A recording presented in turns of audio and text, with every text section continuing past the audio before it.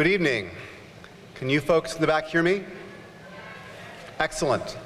So good evening, trustees, faculty, staff, parents and guardians, family and friends, seniors. Welcome to the Whitfield School's 2025 Commencement. Whether you are here in person or joining us by live stream, I'm happy to be with you, all of you, to witness and celebrate the graduation of this extraordinary senior class. I'm grateful for the opportunity to begin this ceremony with a reflection and indeed a special encouragement for the Whitfield class of 2025. In the Whitfield School mission, we set ourselves the task of inspiring students to lead lives of curiosity, integrity, and purpose. At last year's graduation ceremony, I offered a reflection on what it actually means to lead a life of curiosity, suggesting that it is more than just a quality of our intellectual character. Much more than that, I propose that curiosity about other people, their unique experiences and perspectives, is essential for strong personal relationships and ultimately a civic virtue.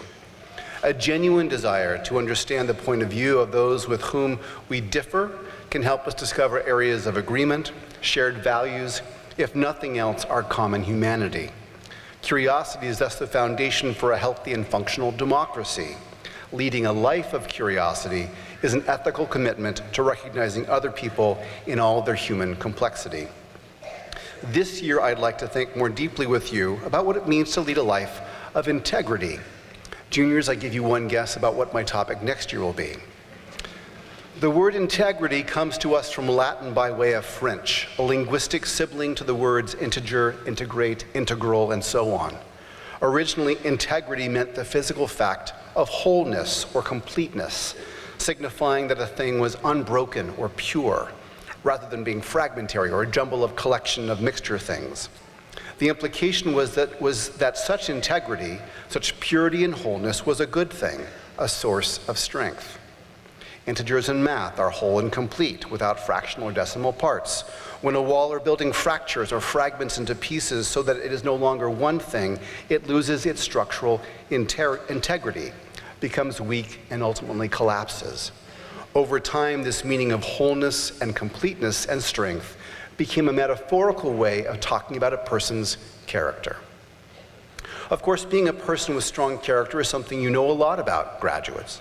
Whether it's exploring ethical conduct and the habits of mind and heart, studying Aristotle with Dr. Hayes, or talking about being an upstander in foundations, being a good person and doing the right thing are things we talk a lot about here at Whitfield.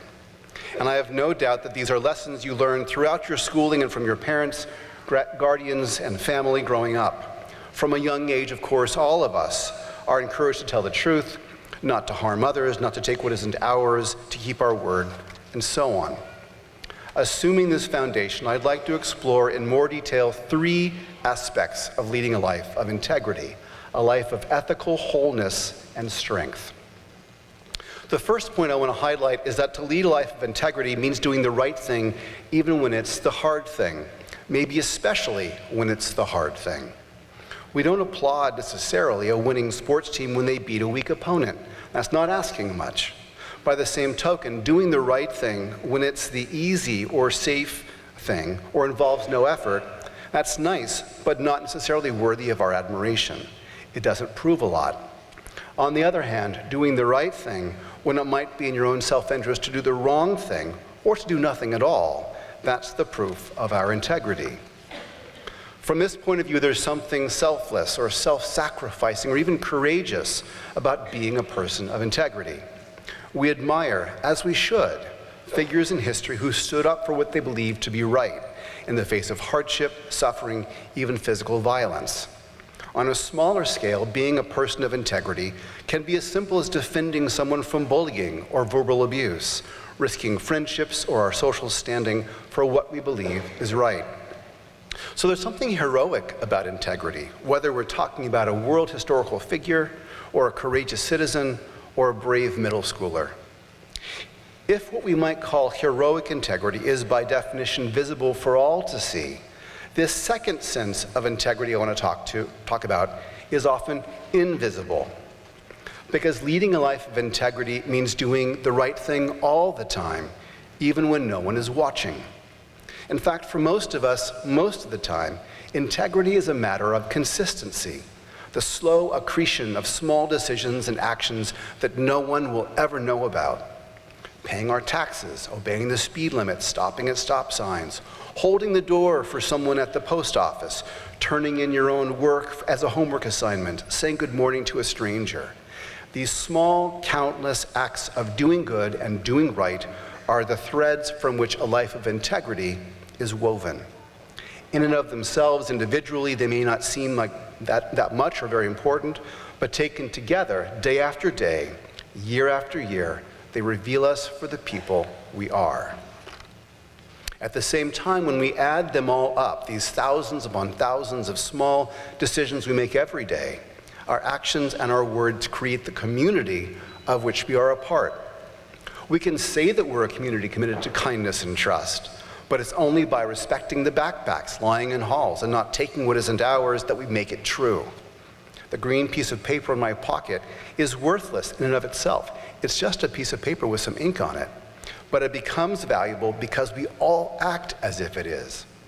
In a similar way, each of us creates and affirms our common values when we commit these small, daily, ordinary acts of integrity.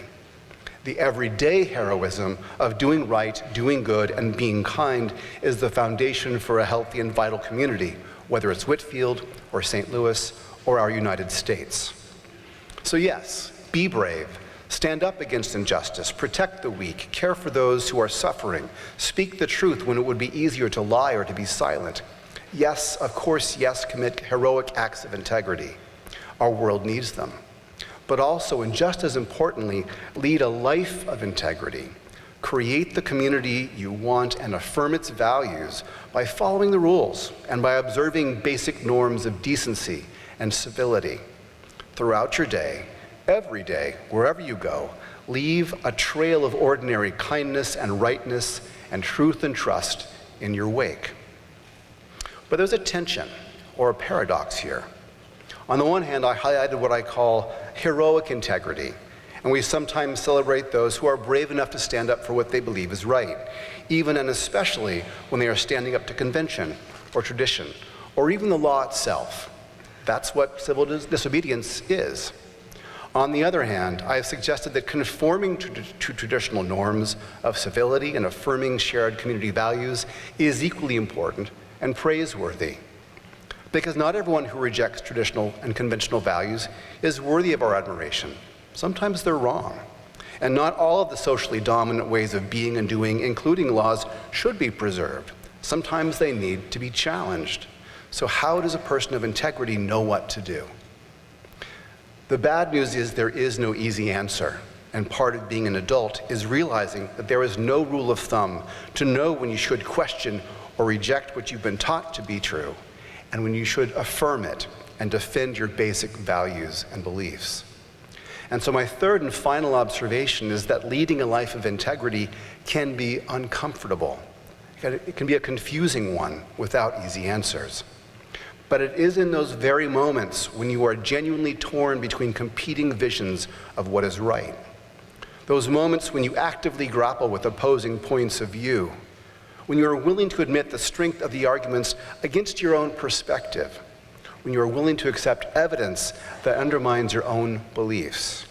It is in moments such as these moments of moral and ethical confusion, that you are also leading a life of integrity. Because integrity is not just doing what's right, it's also admitting when you're wrong or just not sure. Certainty is only a virtue for those who never make mistakes. The good news is that your time at Whitfield has prepared you for this lifelong wrestling with ambiguity. Indeed, the only recourse I know in such moments of uncertainty is, once again, to be curious, to do the things we have taught you to do. Ask difficult questions, engage others in discussion and inquiry, read widely and deeply, expose yourself to the full range of facts and opinions, including and especially those that make you uncomfortable. I hope you've learned in your time at Whitfield that most problems are more complicated than they appear, that the simple answer to hard questions are probably simplistic and certainly incomplete, And then once you've done your best to educate yourself, to explore all sides of a question, go ahead and do the right thing as far as you can determine what that may be. And this may be the hardest part of acting with integrity, doing the right thing when it's not clear what that is. And so my final encouragement to you as you graduate is to embrace the challenge of Whitfield's mission and lead a life of integrity. Stand up for what you believe is right. Live your values in your everyday doing and being. Have the humility to admit when you are wrong and the courage to act in the face of uncertainty and ambiguity. Knowing you as I do, I am full of hope and optimism for you and the people you will continue to become and the world you will help to create for all of us in the years ahead. At this time, it is my pleasure to introduce Noah Epstein to deliver the senior class address.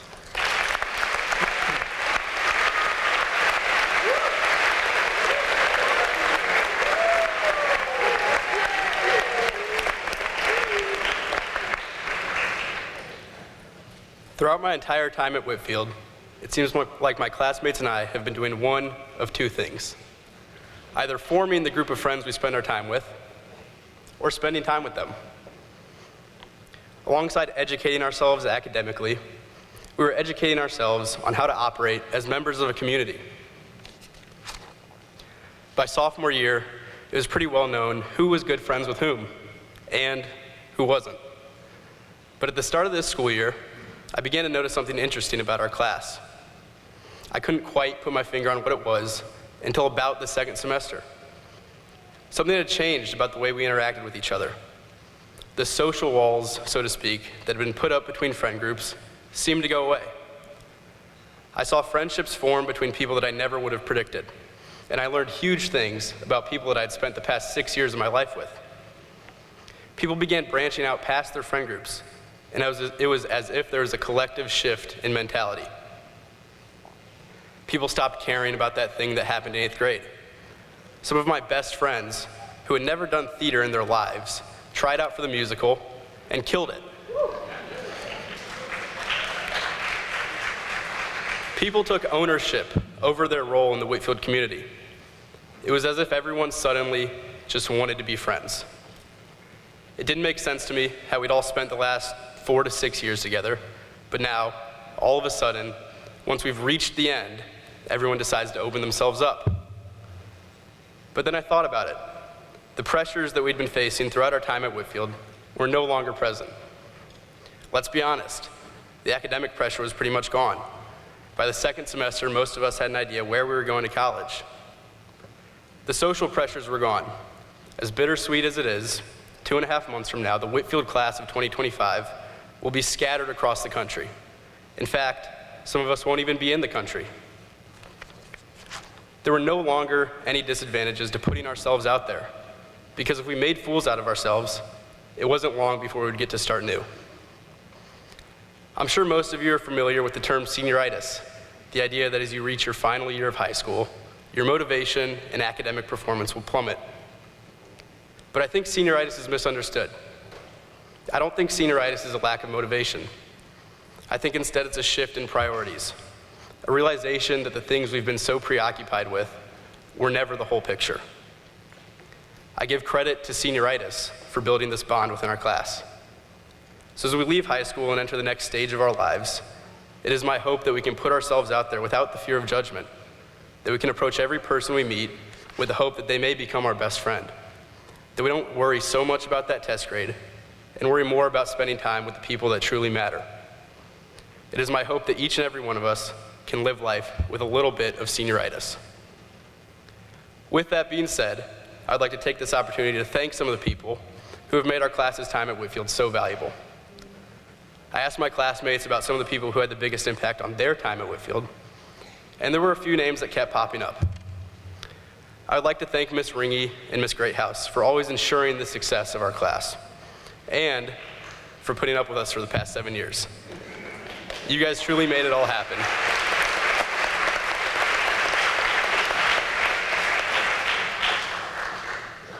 Whitfield wouldn't be Whitfield without the infamous junior year. And junior year wouldn't be the same without its dynamic duo, Mr. Coriel and Mr. Records.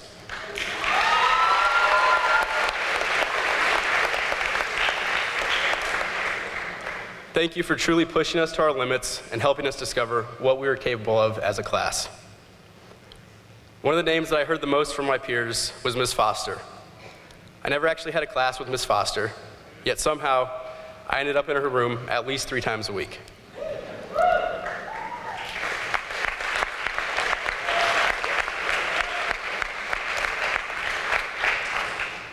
It's easy to tell why so many people love her. She has a way of making you feel welcome and understood that is truly hard to come by. Another name that came up time and time again was Dr. K. As he likes to say, everyone's favorite Pole.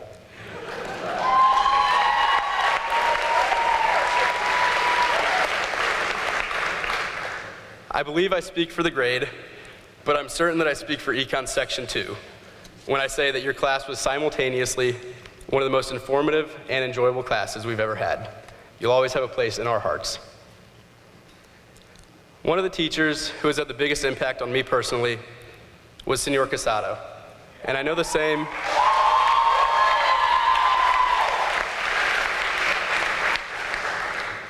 same can be said for so many of my peers. Senor Casado has been so much more than just a teacher to me. He has been a mentor, a role model, and someone I know will always have my back. He's a great Spanish teacher, but more importantly, a great person. It is clear how much he loves every one of his students. Senor Casado, I want you to know that we all love you just as much.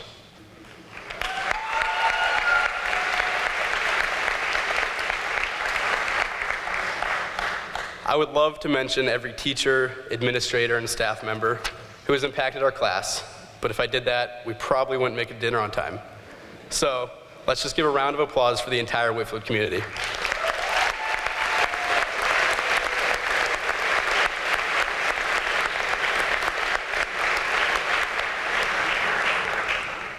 Last but not least, I'd like to give a thank you to all the parents of graduating seniors. You guys have truly done all the hard work. We might be the ones walking across the stage today, but none of us did it alone. Thank you for your unwavering support and your unconditional love.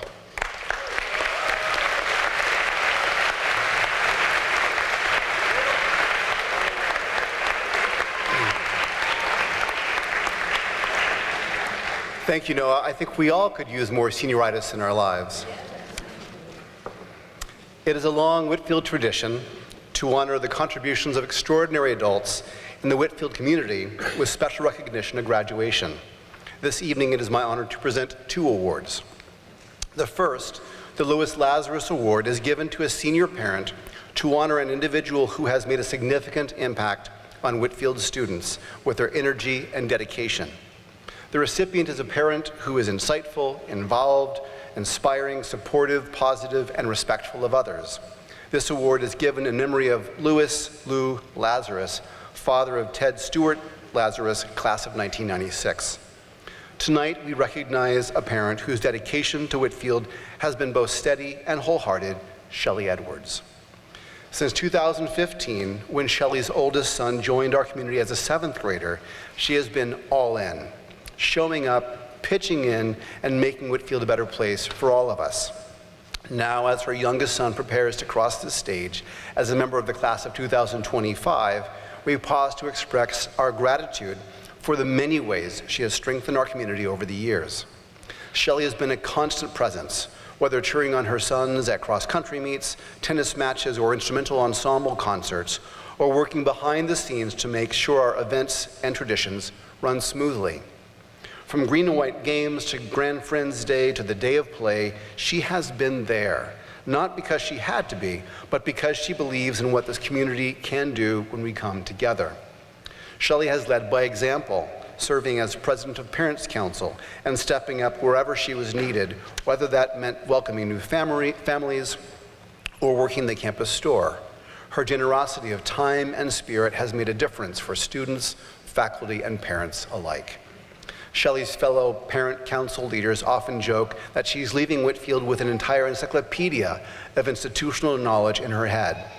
For the past 2 years, they've been working diligently to capture as much of it as possible, to preserve the insights, systems, and wisdom that have shaped her leadership and benefited the Whitfield School community.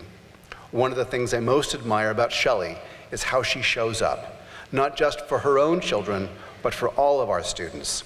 That's the kind of commitment that makes a community like ours possible. It is with deep appreciation that we present the 2025 Louis Lazarus Award to Shelley Edwards. Please come to the stage.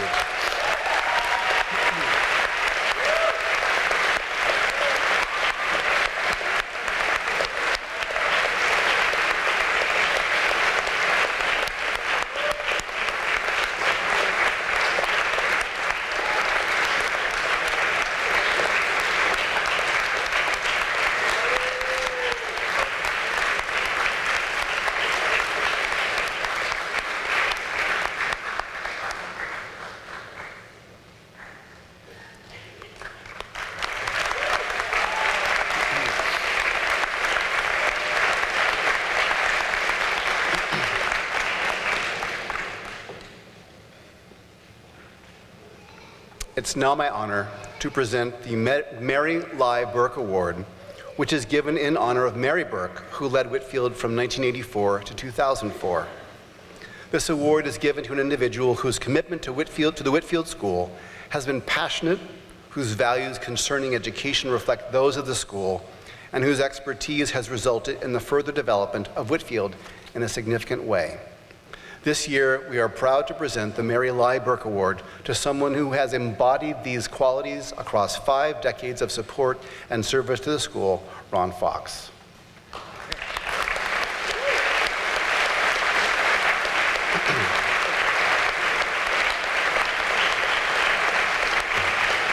I hope he's surprised. A member of the class of 1974, Ron bleeds green. As a student, he was class president, yearbook editor, and co-captain of the soccer team. As a scholar, he became a national merit finalist. And as a speaker, he addressed his classmates at graduation, a role he would reprise 2 more times in the years ahead, in 2007 and again in 2024. After earning a bachelor's in psychology from Washington University of St. Louis, magna cum laude, and a JD from St. Louis University School of Law, Ron clerked for the Missouri Supreme Court and went on to become a nationally recognized trial attorney specializing in maritime law. Today, he leads a successful litigation firm in downtown St. Louis and mentors the next generation of legal minds. But perhaps no title means more to Ron than Whitfield parent. Ron has proudly watched all 4 of his children, Jay, class of 2001, Liz, 2003, Annie, 2007, and Nathan, class of 2024, grow and thrive at Whitfield. As a parent, he cheered from the sidelines, celebrated their achievements, and never missed a chance to share why Whitfield is worthy of loyalty and support. Ron first served on the Board of Trustees from 1994 to 2000, and then came back on again beginning in 2020. In 2021, Ron became the first alumnus to serve as board chair, guiding the school through moments of great progress and meaningful reflection with a steady hand and a deeply held belief in the transformative power of a Whitfield education. Ron provided important stability during the head transition in 2022, and speaking personally, Ron has been an invaluable mentor, friend, and partner to me over the past 3 years. If you've ever received an email from Ron, you know how it ends. Go Warriors, with exactly 3 exclamation points. But what comes before that signature is just as important: clear thinking, generous and joyful service, and a deeply personal commitment to a strong and healthy Whitfield. One of Ron's most common refrains is that the world needs more Whitfield graduates, people who think critically, lead with kindness, and do the right thing.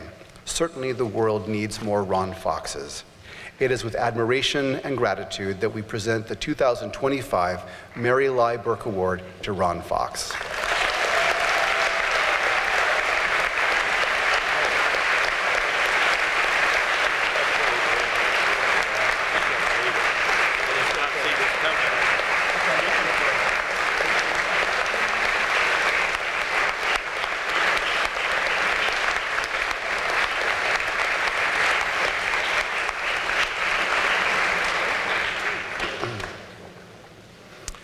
Our commencement speaker is Dana Borchert.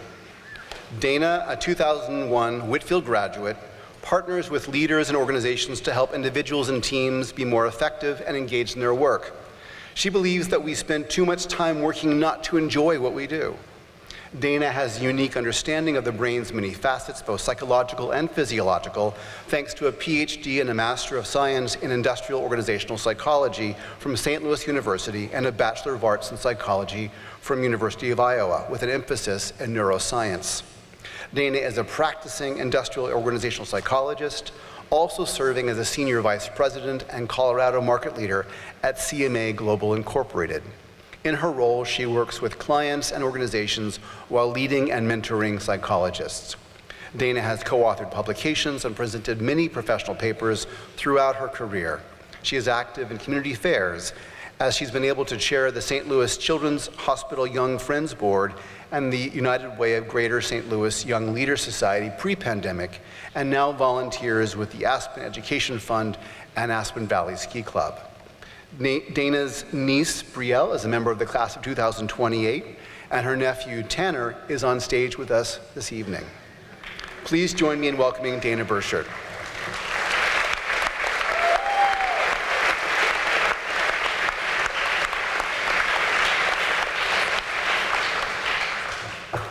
Well, good evening, graduates, faculty, family, and friends. I graduated in 2001. Yes, this is when phones flipped and Y2K was a real fear. But I also remember sitting where you are today, feeling hopeful, excited, and a little bit terrified, which I might be right now as well. I'm also honored to be here as a very proud aunt to Tanner, sitting here today, my niece Brielle, and my nephew Nash, who I hope follows in their footsteps and becomes a warrior pretty soon. Because Whitfield has a way of sticking with you. It's more than a school. For me, it's where I got curious about what people do. And thanks to Mr. Ginky's biology class and a bunch of very unlucky fruit flies, it's where I fell in love with science. That spark turned into a PhD, a career helping leaders and organizations thrive, and a lifelong obsession with trying to understand why people do what they do. I believe that when people thrive, so do businesses, relationships, and communities. And I see your generation, Gen Z, thriving. Class of 2025, you are wise, passionate, and creative. You've grown up in a world where technology is second nature. You can process more information in a week than I did my entire freshman year. You value diversity, you fight for what matters, and you don't just wait for change, you make it happen. Your generation turned Snapchat into an entire method of communication and somehow decided that lowercase texting is more important and cooler than punctuation. But you've also shown leadership, depth, and resilience. Whether building businesses before breakfast, organizing community movements, or simply just helping a friend through a tough week, you're not just preparing for the future, you're shaping it. As someone who has studied for over 20 years human behavior, leadership, and success, I wanted to share what the research and honestly life have taught me about what it takes to thrive beyond the walls of Whitfield. And the best part is, many of you are already doing these things. And Noah touched on a few of them that I was a little worried were gonna steal my whole speech, actually. Because I had a chance to send a survey to the entire senior class. I got to hear a little more about what they're thinking, which I'll share with you in a bit. But first, here's what the science has to say about thriving beyond the walls of Whitfield. Be flexible, seek feedback, lead with empathy, stretch into growth, and above all, stay connected. So let's start. Flexibility. Get ready to pivot like Beyonce. One thing I've learned from working with global organizations is that life rarely goes according to plan. The key? Adaptability. Zendaya went from Disney Channel star to Emmy award-winning actress, fashion icon, and all-around legend. She didn't stick to one lane. She kept adapting and pivoting. Ben Francis, the founder of Gymshark, started by sewing clothes in his parents' garage. Now a billion-dollar brand. That's not a plan. That's hustle and flexibility. Your version of this might look different. Switching majors, moving cities, or finding out that your dream job actually sounds awful. Be open to that. Growth is so often wrapped in surprise. And guess what? You already knew this. Of course you did. When I asked you in your senior survey what advice you would give your freshman self, you said, try new things. Stop being so cringe and just go for it. Be okay if you have to try again, and keep an open mind. Honestly, that's some solid life advice and some good tattoo material. Sorry, parents. Number 2, feedback. Find your loving critics. Even the most talented people need feedback. The key is to find the people who will tell you the truth with love. Think of Giannis from the Milwaukee Bucks. He started by selling trinkets on the side of the road, now an NBA MVP. It's not because he was the best. It was because he was the type of player who sought out coaches who gave him honest feedback with love so he could keep growing and learning. In your life, this means inviting growth, not just compliments. Just don't confuse feedback with a YouTube comment section. One is helpful, and the other is a hobby for trolls. So remember, not all feedback is equal. You might want to avoid a few types of feedback givers. Number 1, loving liars. These are the people who love you so much, but they do not have the courage to tell you what you need to hear. 2, unloving critics. These are the straight shooters, the people who say it like it is, but do not care how it impacts you or how you will take it. So look for mentors, friends, and teachers who are brave enough to tell you what you need to hear lovingly. These are your loving critics. 3, lead with empathy. In a world driven by tech, data, and AI everything, remember what makes you unique. Empathy, the ability to listen, understand, and feel. That's your real edge. The most effective leaders I coach are not always the smartest or the loudest in the room, but they are the ones who ask questions, who care, who listen, and who make people feel seen.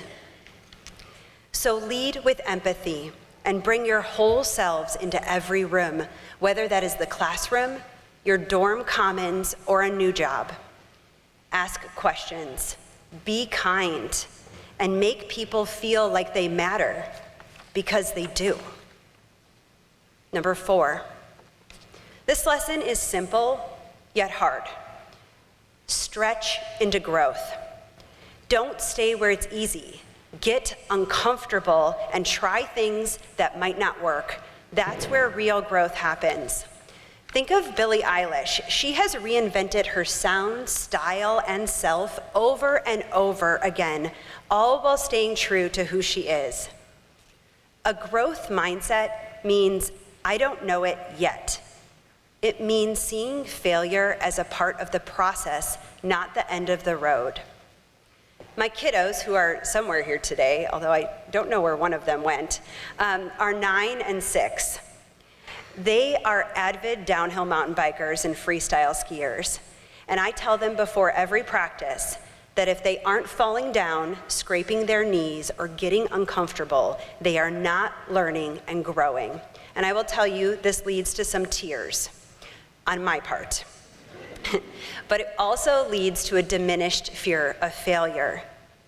So when life feels overwhelming, remember you are not supposed to have this figured out. You are just supposed to get up, reflect on what just happened, and keep going.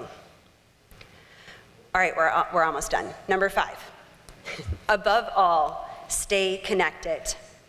This one is personal and professional because after years of research, of leadership and success, I can tell you your relationships will shape your life more than any line on your resume ever will.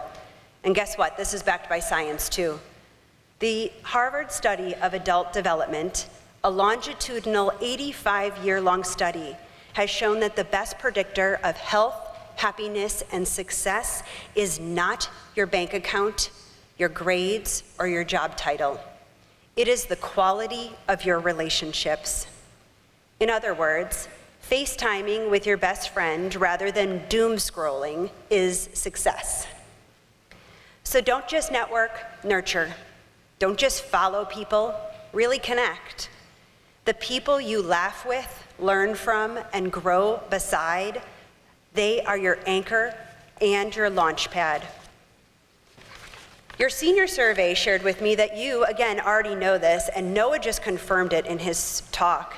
Because when I asked what the most meaningful part of high school was, you shared with me watching how we grew together, Spirit Week and the unity it created, teachers like Dr. K and Senior Casado, spending time and laughing with our friends. And that is the real Whitfield story. That's what lasts. A few other fun facts from the senior survey. When I asked what inspires you most, you shared my mom and dad, my teachers, my friends, the people who are kind and hardworking. Honestly, that's everything. When I asked what your high school movie would be called, you said character development, the 400-mile dash, and living the dream. I think 10 out of 10 would binge watch these any day. And finally, your soundtracks, Party Rock Anthem, Panic at the Disco, and Count on Me. Say what you say, these are a real vibe. I'm trying to be cool with the language. Okay. So remember, be flexible, seek feedback, lead with empathy, stretch into growth, and above all, stay connected. You are stepping into a world that needs your ideas, drive, and heart. I can't predict what's next for you, but I bet it's worth watching. Congratulations, class of 2025, and thank you for letting me be a part of your journey.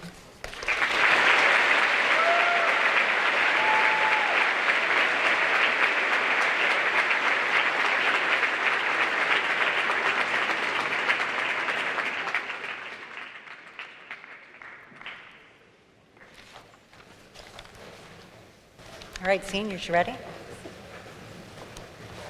And now, tonight's main item of business. I'd like to ask Dr. Cunningham, Mr. Fox, Ms. Henry, Mr. Schwartz to join me in the awarding of diplomas and medallions.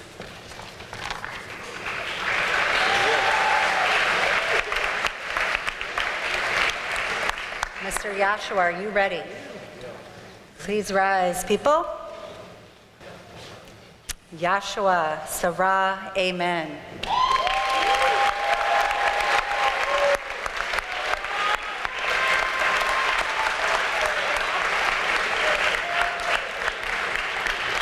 Leander McGehee, ANSYS.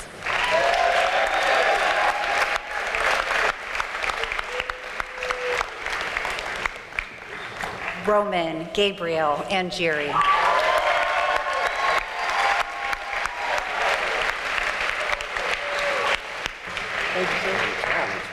John Welsh Arneson.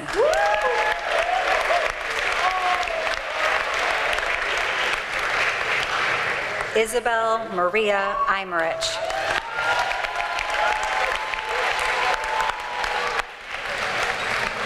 William Henry Blatt.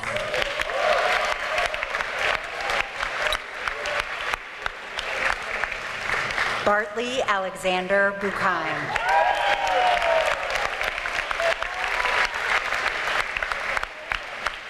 Michael Stephen Burke.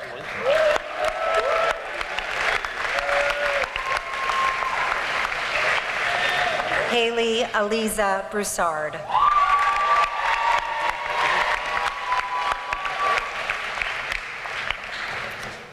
Whitney Verdon Bryan.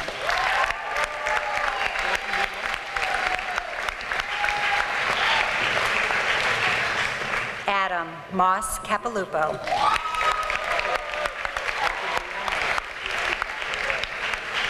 Claire Ellen Carroll.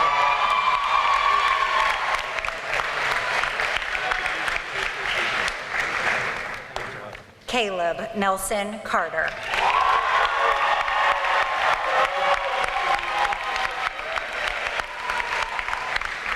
Elijah James Charmley.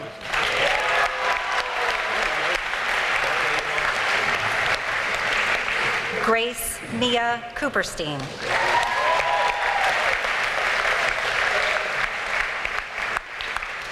Spencer Lewis Korn.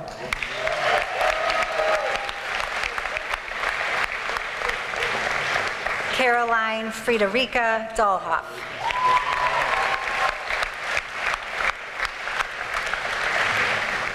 Gwendolyn Rose Danoon.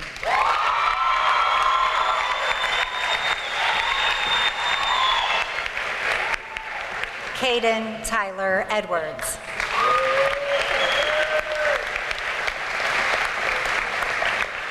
Noah Addison Epstein.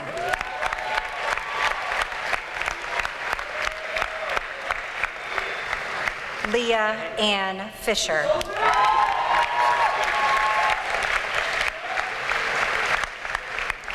Dawn Lorraine Foster.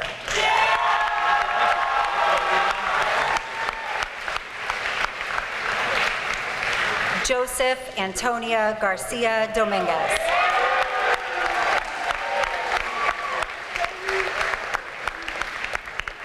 Tanner J. Gilbertson.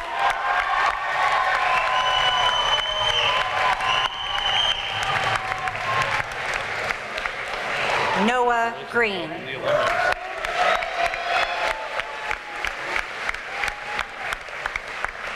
Chandler Hayden Grimm.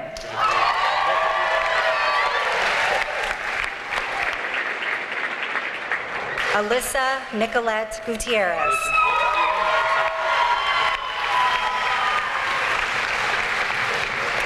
Christopher Joseph Hinkins.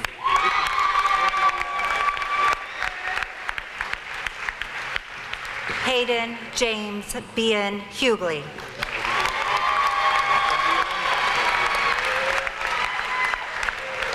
Paige Hoy.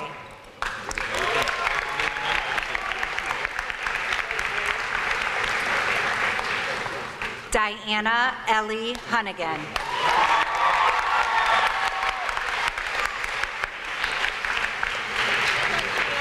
Brian Mark Kaganoff.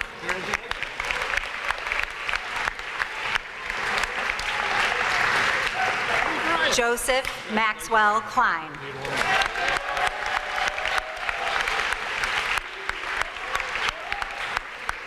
Simon Ray Limkemeyer.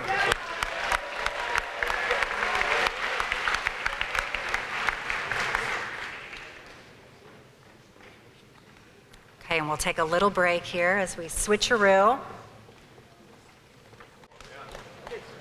All right. And here we go. Francesca Levy.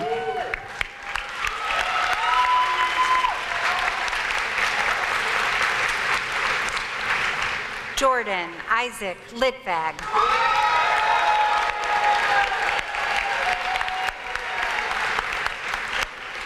Mason Gabriel Marks.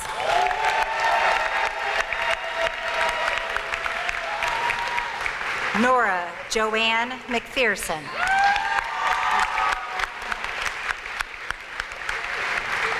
Zoe Christine Maya.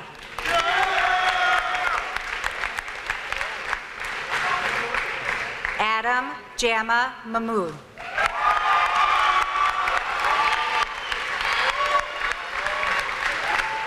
Gabrielle Elena Moody.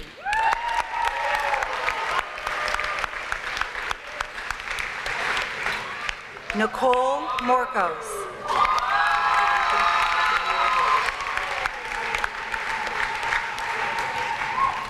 Drake Michael Noonan.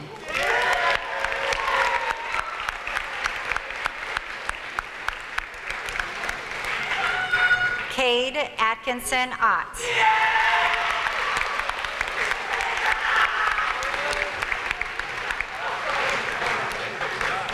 Derek Christopher Palmer.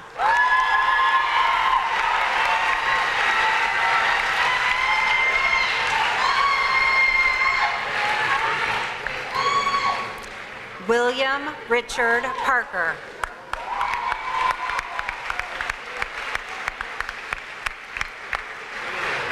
Annabelle Rose Rackers.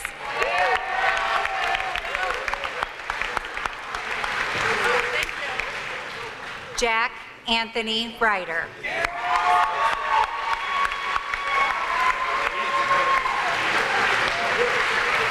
Jack McLean Rimming.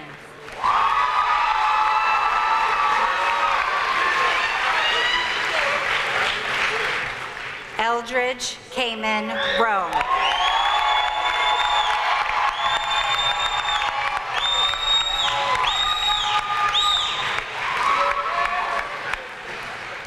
Catherine Marie Rose.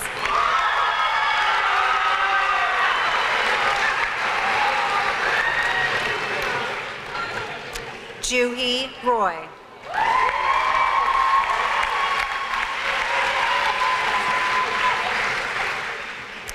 Cole Patrick Sargent.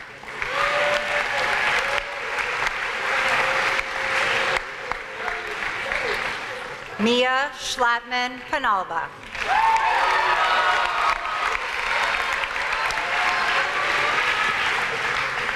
Ashley Teresa Stoddard.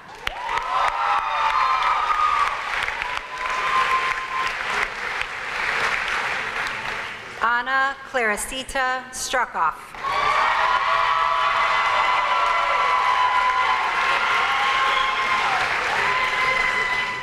Elisa Rianne Lee Sykes.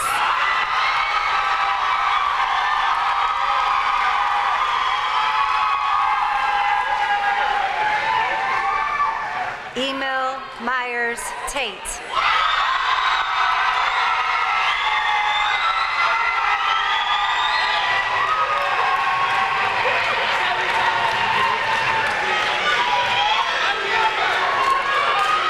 Rome Ashlyn Tate.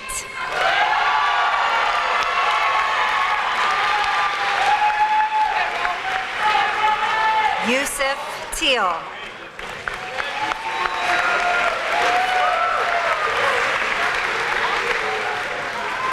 Raul Esteban Uribe Sidki.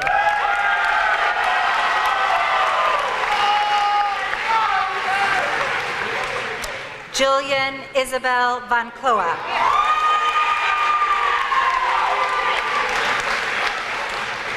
Parker Thomas Walseth.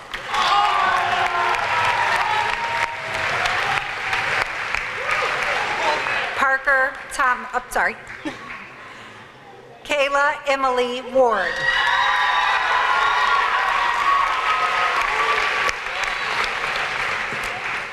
Ella Leah Wertman.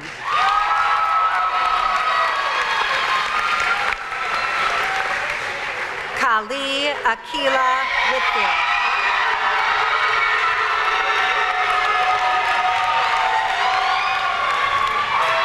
Sophia Christine Wilson.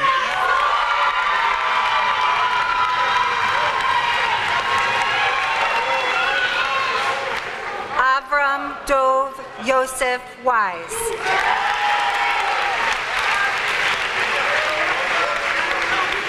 And Yuchi Wu.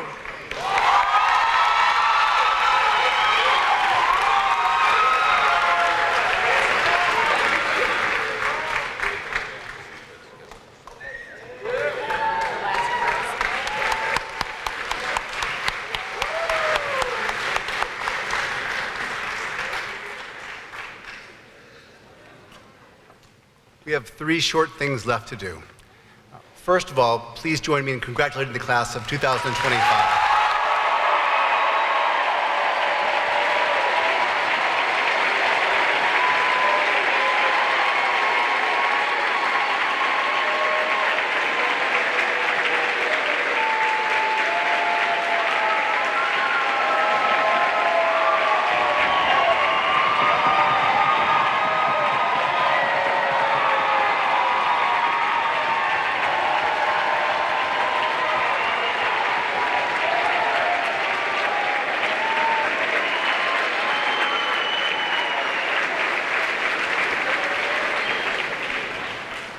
And now, graduates, would you please join me in thanking your parents for all that they've done to bring you to this day?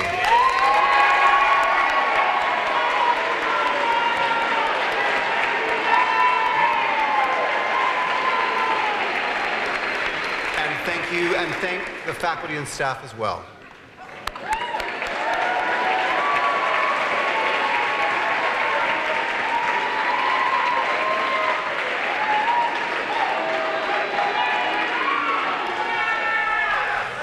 And now the last thing is I need to add to my collection of graduation selfies. So would you please join me in a selfie?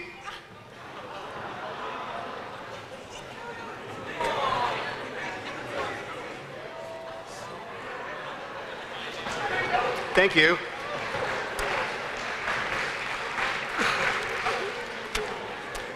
The ceremony is now complete. The graduates, you may leave the stage and join us in Schmitter Gallery afterwards for photos. Thank you very much.